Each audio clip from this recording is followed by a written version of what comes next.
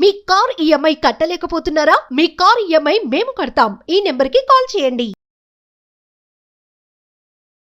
Hi hello నమస్తే, welcome back to Suman TV. ప్రస్తుతం మనతో పాటు ఉన్నారు assistant professor in marketing Ramakrishna గారు. సార్తో మాట్లాడదాం. నమస్తే సార్. నమస్కారం అమ్మా. సార్, బర్త్ రైట్ సిటిజన్షిప్, పౌరసత్వం హక్కు మరి చూస్తున్నాం మనం ఆర్టికల్స్. ట్రంప్ ఏదైతే హక్కు ఉందో తీసేస్తానా అంటున్నారు. మరి అక్కడే పుట్టి అక్కడే పెరిగిన వాళ్ళు మనం ఇంకా కొన్ని చూసుకుంటే డెలివరీ టైంలో ఇక్కడి నుంచి అక్కడికి వెళ్ళి అక్కడ డెలివరీ అవ్వడం, అక్కడ పుట్టిన తర్వాత వాళ్ళకి గ్రీన్ కార్డ్ రావడం, ఇవన్నీ ఉన్నాయి కదా. సరే, సిటిజన్షిప్ అనేది రిమూవ్ చేసేస్తానా అంటున్నాడు ట్రంప్. మరి రేపు జనవరి నుంచి ఆయన ప్రమాణ స్వీకారం చేశాక ఎలా ఉంటుందంటారు? వీటిపైన ఇవన్నీ చెప్పినవన్నీ చేస్తారా? నిజంగానే దీన్ని రద్దు చేసేస్తారంటారా? ఇవన్నీ మాట్లాడుకునే ముందు ఒక విషయం మనం గుర్తుంచుకోవాలి. ట్రంప్ ఇంకా అమెరికా ప్రెసిడెంట్ కాదు.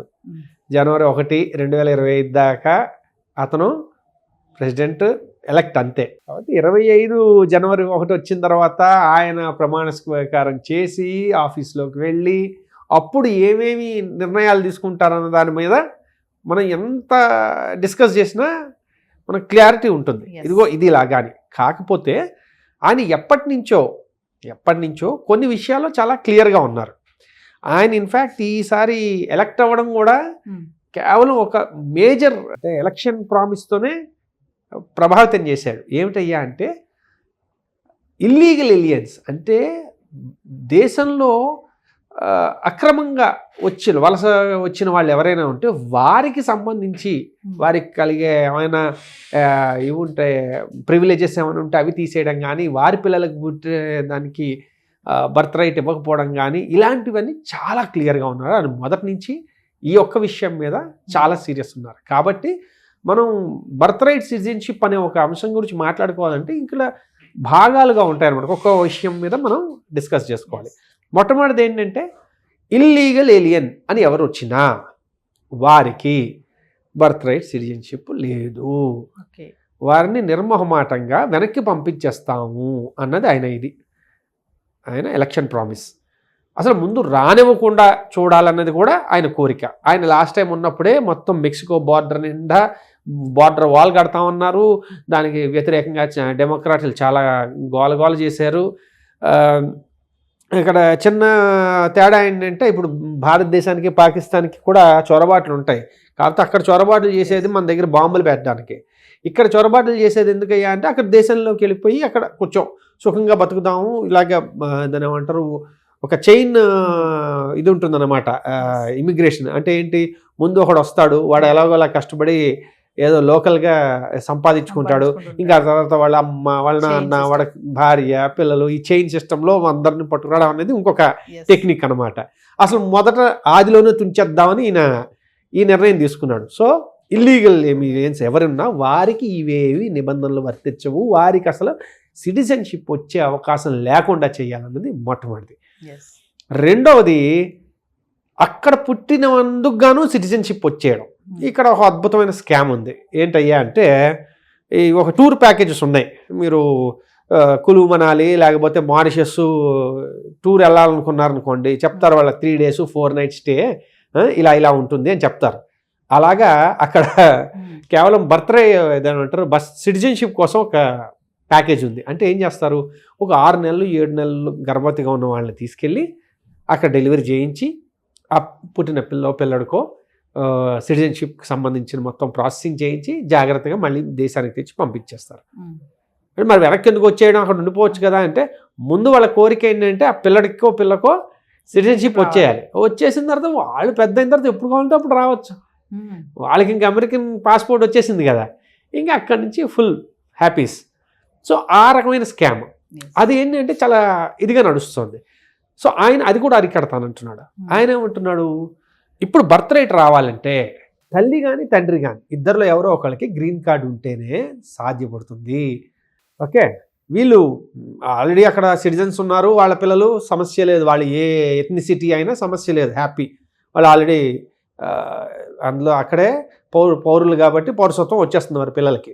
అలా కాకుండా బయట వాళ్ళు ఎవరైనా వస్తే ఇద్దరిలో ఒకరికి గ్రీన్ కార్డు ఉంటేనే వీళ్ళని పౌరులుగా మనం పౌరసత్వాన్ని ఇస్తాము, లేదంటే ఇవ్వము అని ఆయన ప్రతిపాదన.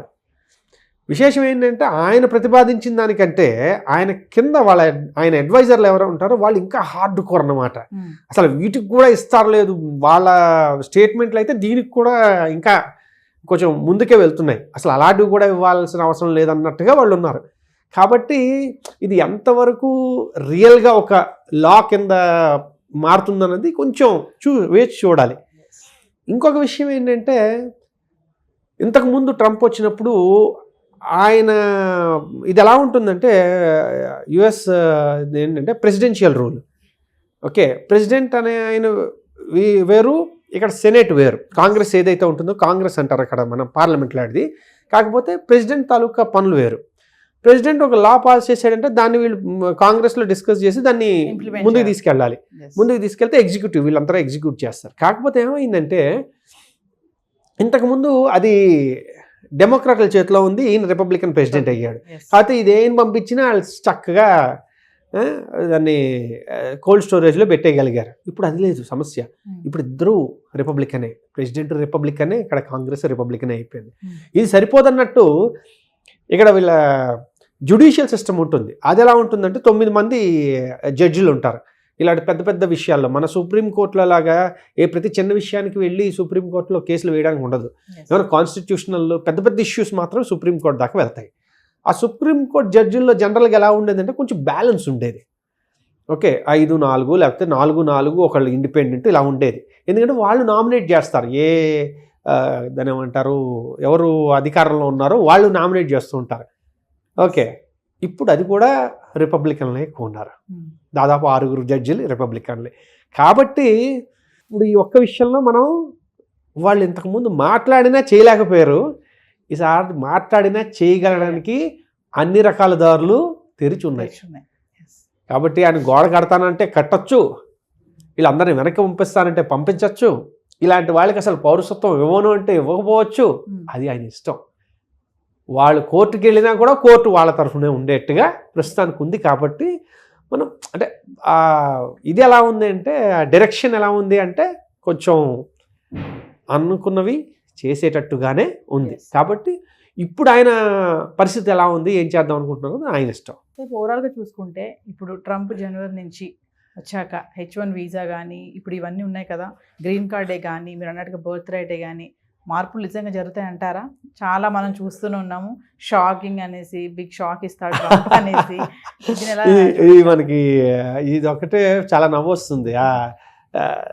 లైన్ ఇదేమంటారు, దాని మీద ఉన్న లైన్లు చూసిన తర్వాత భయపడిపోయి క్లిక్ చేస్తే దీన్ని క్లిక్ బైట్ అంటారు అనమాట. అంటే ఏంటి, క్లిక్ చేయాల్సిన పని మాత్రమే. ఆ తర్వాత ఒక 10 నిమిషాల వీడియో అంతా చూసిన తర్వాత ఇదేం చెప్పలేదు కదా, అది ఇంకా ప్రెసిడెంటే కాదు కదా, ఎందుకంత కంగారు అన్నట్టుగా ఉంటుంది.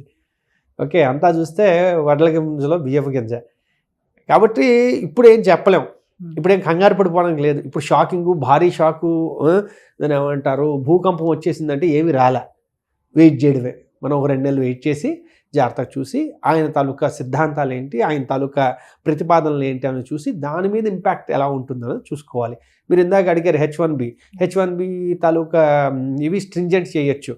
ఇప్పుడు H1B ఎలా వస్తుంది, అయితే కంపెనీ స్పాన్సర్షిప్ చేస్తుంది లేకపోతే కన్సల్టెన్సీ చేస్తుంది. సో కంపెనీ స్పాన్సర్ చేస్తే పర్వాలేదు, వాడికి కావాలి జెన్యూన్గా తీసుకొచ్చాడు. అదే కానీ కన్సల్టెన్సీ స్పాన్సర్ చేసింది అనుకోండి, దానికి వాళ్ళ తాలూకా రిక్వైర్మెంట్లు పెంచవచ్చు. అంటే ఏంటి, కనీసం $1,55,000 కన్నా ఎక్కువ జీతం ఇచ్చే వాళ్ళైతేనే తీసుకురా, అంత స్కిల్ఫుల్ ఉన్న వాళ్ళని తీసుకురా, లేకపోతే తీసుకురావద్దు అన్నాడు అనుకోండి. ఎందుకంటే ఇంతకుముందు అలాంటి ప్రతిపాదన ఒకటి వచ్చింది, అందుకని అలాంటిది అంతకుముందు వచ్చినప్పుడు అది అవ్వనప్పుడు ఈసారి అయ్యే అవకాశం ఎక్కువ ఉంది. కాబట్టి అలా అన్నారు అనుకోండి, అప్పుడు ఏమవుతుంది, కన్సల్టెన్సీ ద్వారా వెళ్దాం అనుకున్న వాళ్ళందరూ లాటరీ అయినప్పటికీ వాళ్ళు అంత హై లెవెల్ పేమెంట్ ఉన్న వాళ్ళైతేనే వాళ్ళు అక్కడికి వెళ్ళగలరు. అప్పుడేమవుతుంది, ఫ్రెషర్స్కి కాస్త లోకల్గా ఉండే ఫ్రెషర్స్కి ఉద్యోగ అవకాశాలు ఎక్కువ ఉంటాయి. సో అది ఒకటి. రెండోది ఏంటంటే ఈ టైం పీరియడ్ ఏదైతే ఉందో దాన్ని ఏమంటారు, గ్రీన్ కార్డ్కి దానికి సంబంధించిన టైమ్స్ కొంచెం పొడిగించడము లేదా వాటిని ఇంకా కొంచెం క్లిష్టతరం చేయడము, ఏవో చిన్న చిన్న ఇవి రూల్స్ మార్చడము ఇవి చేస్తూ ఉండొచ్చు. ఎందుకంటే అంటే మనకి భయపెట్టేసినట్టుగా ఒక్కసారి అంతా హోల్సేల్గా ఏది మార్పు చేసేసేయరు. కాకపోతే ఎలా చేస్తూ ఉంటారంటే చిన్న గిలినట్టు అన్నమాట. ప్రశాంతంగా ఉండదు.